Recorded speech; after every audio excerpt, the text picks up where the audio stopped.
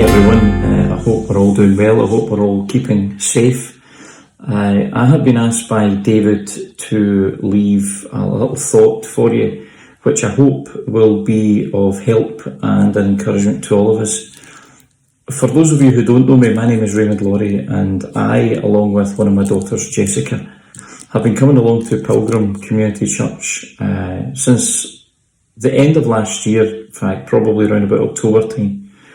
And just before I leave this little thought, I just want to take a moment just to say a massive thank you to all of you for the great welcome that you've given us. You've made us feel at home, and we are really enjoying our time there on a Sunday. And of course we're looking forward to getting back across to Airdrie, hopefully in the very near future, and start to enjoy church again with you all. I must say, however, one thing that I'm really looking forward to are those homemade pancakes. Now, I'm sorry, David and Scott, I know the teaching is great, the music is wonderful, but it takes a lot to beat those pancakes. So we're looking forward to that. But before I get myself into trouble, I better move on and leave this very simple thought for you. Now, this thought, as I say, I hope will be an encouragement to us all and a help as well. This thought centres around a story about an elderly lady at the turn of the century. Now, this lady lived in a little village. She was well known. She was very wealthy in the village. And she was also known, as we say in the west of Scotland, even though she was wealthy, but she was also known as being a bit tight with her money. And so it came as a shock to her neighbours and to the folks who lived around her that she would be the first in the village to have electricity installed into her little home. Everything appeared to be fine, and a few weeks after, in fact a couple of months after she got the electricity in, there was a chap at the door. As she opened it, there stood a gentleman from the electricity board, and after a few moments he said to her, "Well, I hope everything's going well, but can you tell me, is everything going well with the electricity?" "Yes," she said, "no problem at all, no problem." The young man looked puzzled, and he then said to her, "Well, that's great, however, could you explain to me then why it looks as though the electricity from the meter readings is not being used?" "Oh," she says, "that's simple. She says, you see, every night, just as the sun begins to set, I turn the lights on just long enough so that I can put my candles on, and then I turn the electricity back off." You see, her house was connected to the power, but she never really used it. It was connected, but it didn't really change. Now, it's a very simple story, but I would suggest for us as Christians, as followers of Jesus, it's a story which has a very profound meaning too.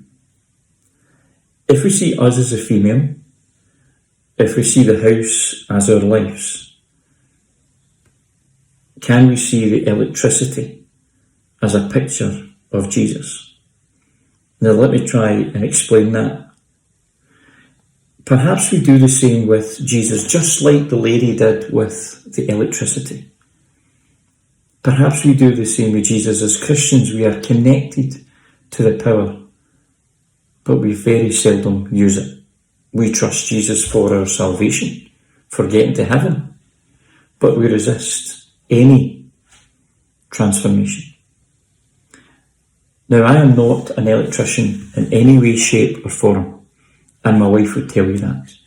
But I reckon to light a house with candles, no matter what size of the house, that would take a lot of time. It would take a lot of effort. It would be a struggle. You see, if that elderly lady had used the power she had at her disposal, her life could have been a whole lot easier. Instead of wasting her energy trying to do all the work herself, all she needed to do was flip the switch and let the electricity do what it was supposed to do. Now, do we do the same with Jesus? We try and sort out our lives. We try and fix everything by ourselves, get our lives sorted, instead of allowing Jesus to do what he says he would do, to do what he does best and what he has promised to do for us. Now, please don't get me wrong, I'm not saying that at times, just because this lady had electricity in her home, that she would never have any issues. Perhaps she would have had power cuts, I'm sure she would have had. I'm also sure that most of the times when there is a loss of power in our homes, it's perhaps because of something we're doing or not doing. Perhaps we don't look after the appliances in our homes the way we should. And with that, the power is temporarily off. And we think the power is lost. But when the issue is fixed, we then find out that the power was there all the time. And perhaps it was just a loose connection. Life for us can be the same.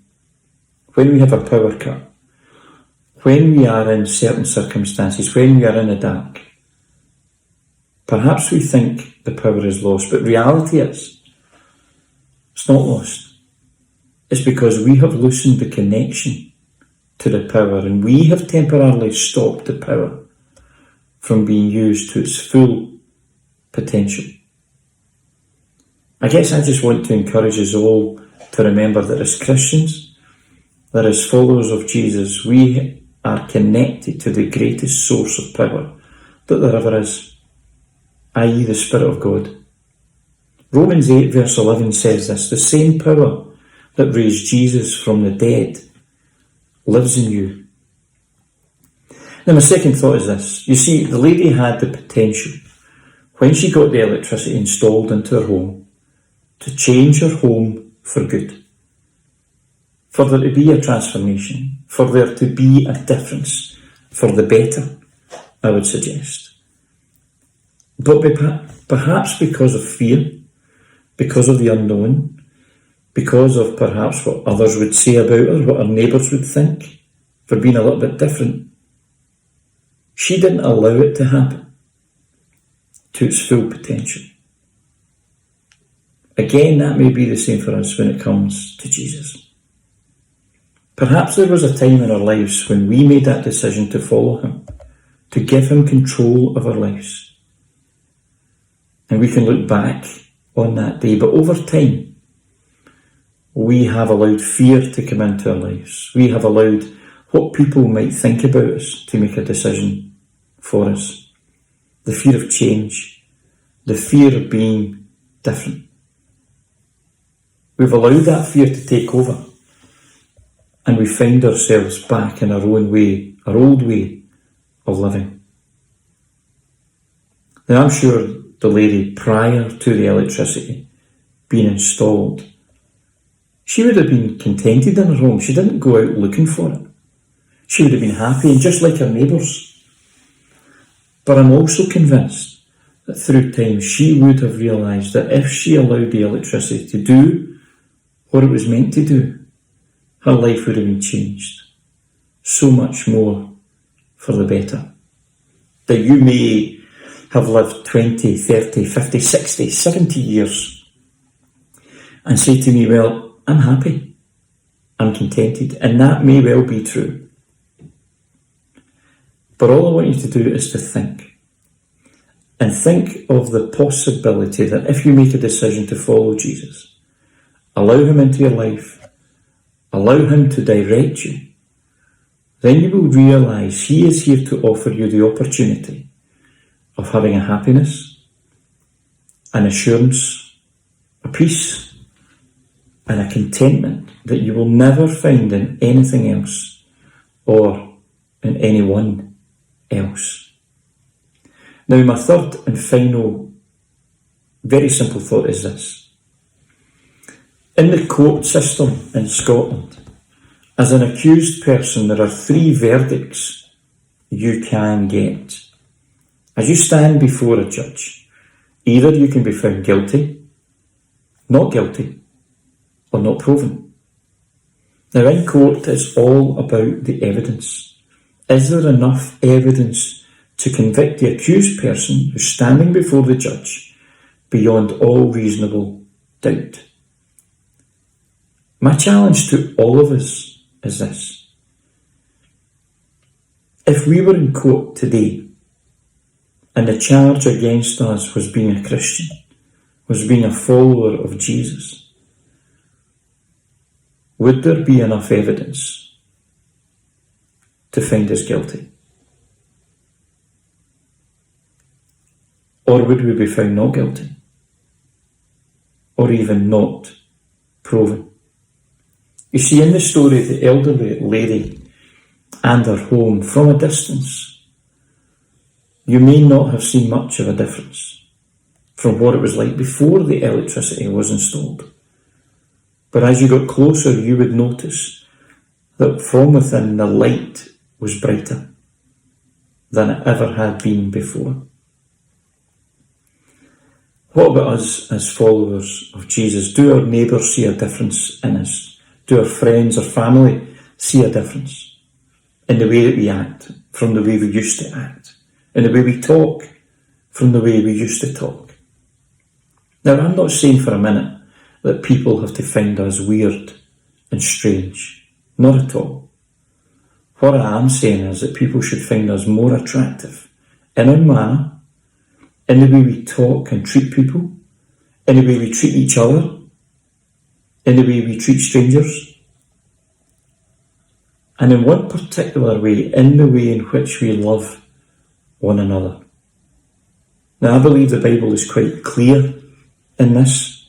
In fact, as Jesus sat with his disciples for the last time, he said it.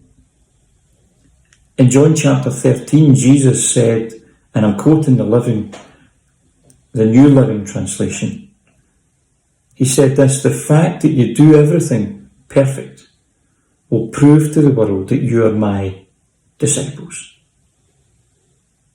No, he didn't say that. Neither did he say the fact that you never do anything wrong will prove you are my disciples. Jesus says your love for one another will prove to the world that you are my disciples. See, love is an action. Something that you do, not just something that you say. So that's a very simple thought to you, hopefully an encouragement to you to remember that the power that is at our disposal as a child of God, I want us to remember that. I want us to remember that the peace and contentment, the assurance that we get, that is there for us as a child of God, but I also want us to remember the challenge. That to love one another, not just by saying it, but by doing it. Thank you for listening. Please continue to keep safe and to take care of yourself and each other. And I'm sure we will be back together very soon at Pilgrim Community Church. God bless.